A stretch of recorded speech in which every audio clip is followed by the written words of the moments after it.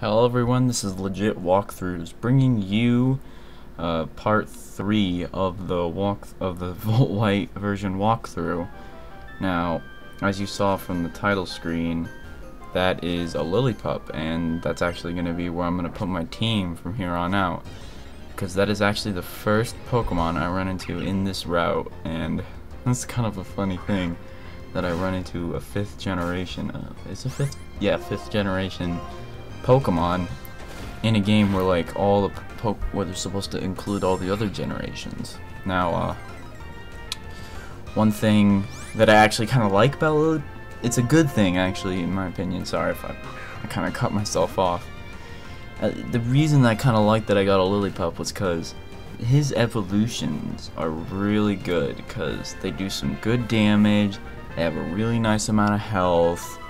Like, it's a pretty good tank, but it's not like meant for taking hits. If you like, it can take some, but it's not meant for it, if you know what I mean. And then here I name it after my dog Roy, so because you know it's a dog-based Pokemon, might as well. And then I have my first Pokemon in my whole team, and then it's where I get to. This is the point. Once I get to the PC, is where I get to say goodbye to Piggy. We've been through a lot, Piggy. Sorry, no, I'm not gonna get all emotional over a Pokemon, but yeah, this is the part where you get through. This is like I think the last little bit of tutorial. There might be, you know, like the part where the Juniper walks you through every single little thing.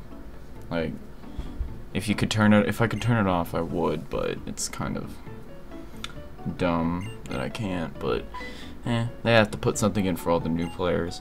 And then here comes the part where I literally was just doing some other stuff and hitting A to go through this, and then I accidentally ended up talking to her like 8 times. And then I tried to leave because like, oh, I only have 5 uses. I'm like, crap. So since she won't, I'm gonna not count this one. I know, oh, that's a little cheap, but I literally cannot not use the freaking Pokemon Center in this scenario, so I guess that's like my one and only freebie, I guess. And then here I get to the last part of all this boring introduction to the game, and then I get to go train my Lillipup, or should I say my Roy. And then right here, I'm gonna buy a bunch of potions because I need that is like vital to me right now. I just need to buy all that and then go on and say goodbye to wonderful Piggy. We've been through a lot of adventures getting you from level 5 to 7, but it's time to say goodbye. Give me a moment. Sorry.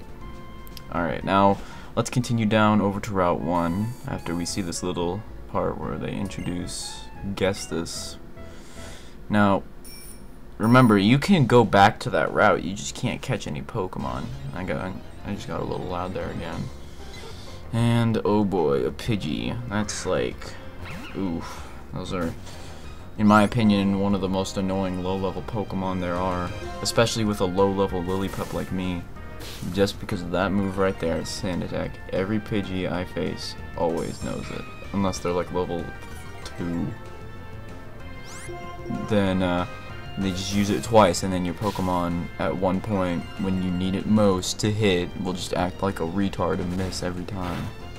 Like, why can't you just like rub the sand out of his eyes or something like that? Like, see, I hit him like I think 2 or 3 times in a row.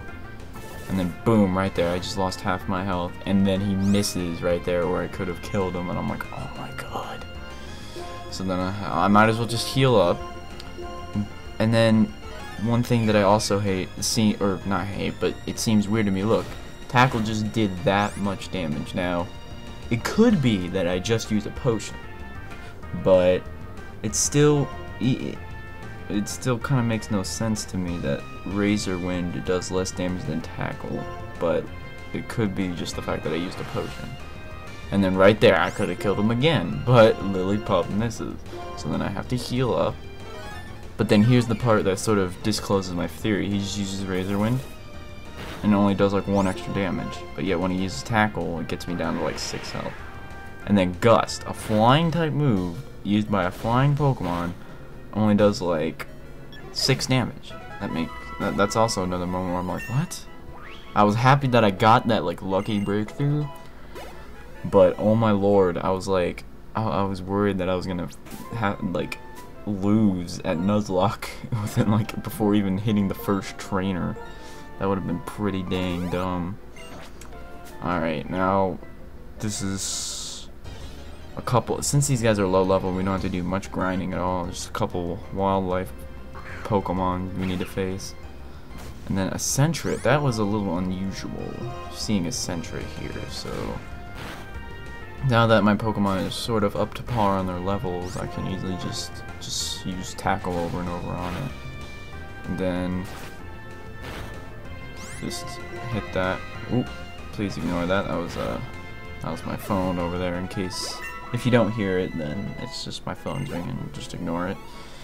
And then here is where did I learn Odor Sleuth yet? Yes, I did actually. Alright. Now, Odor Sleuth, I'm just gonna take a moment to talk about it.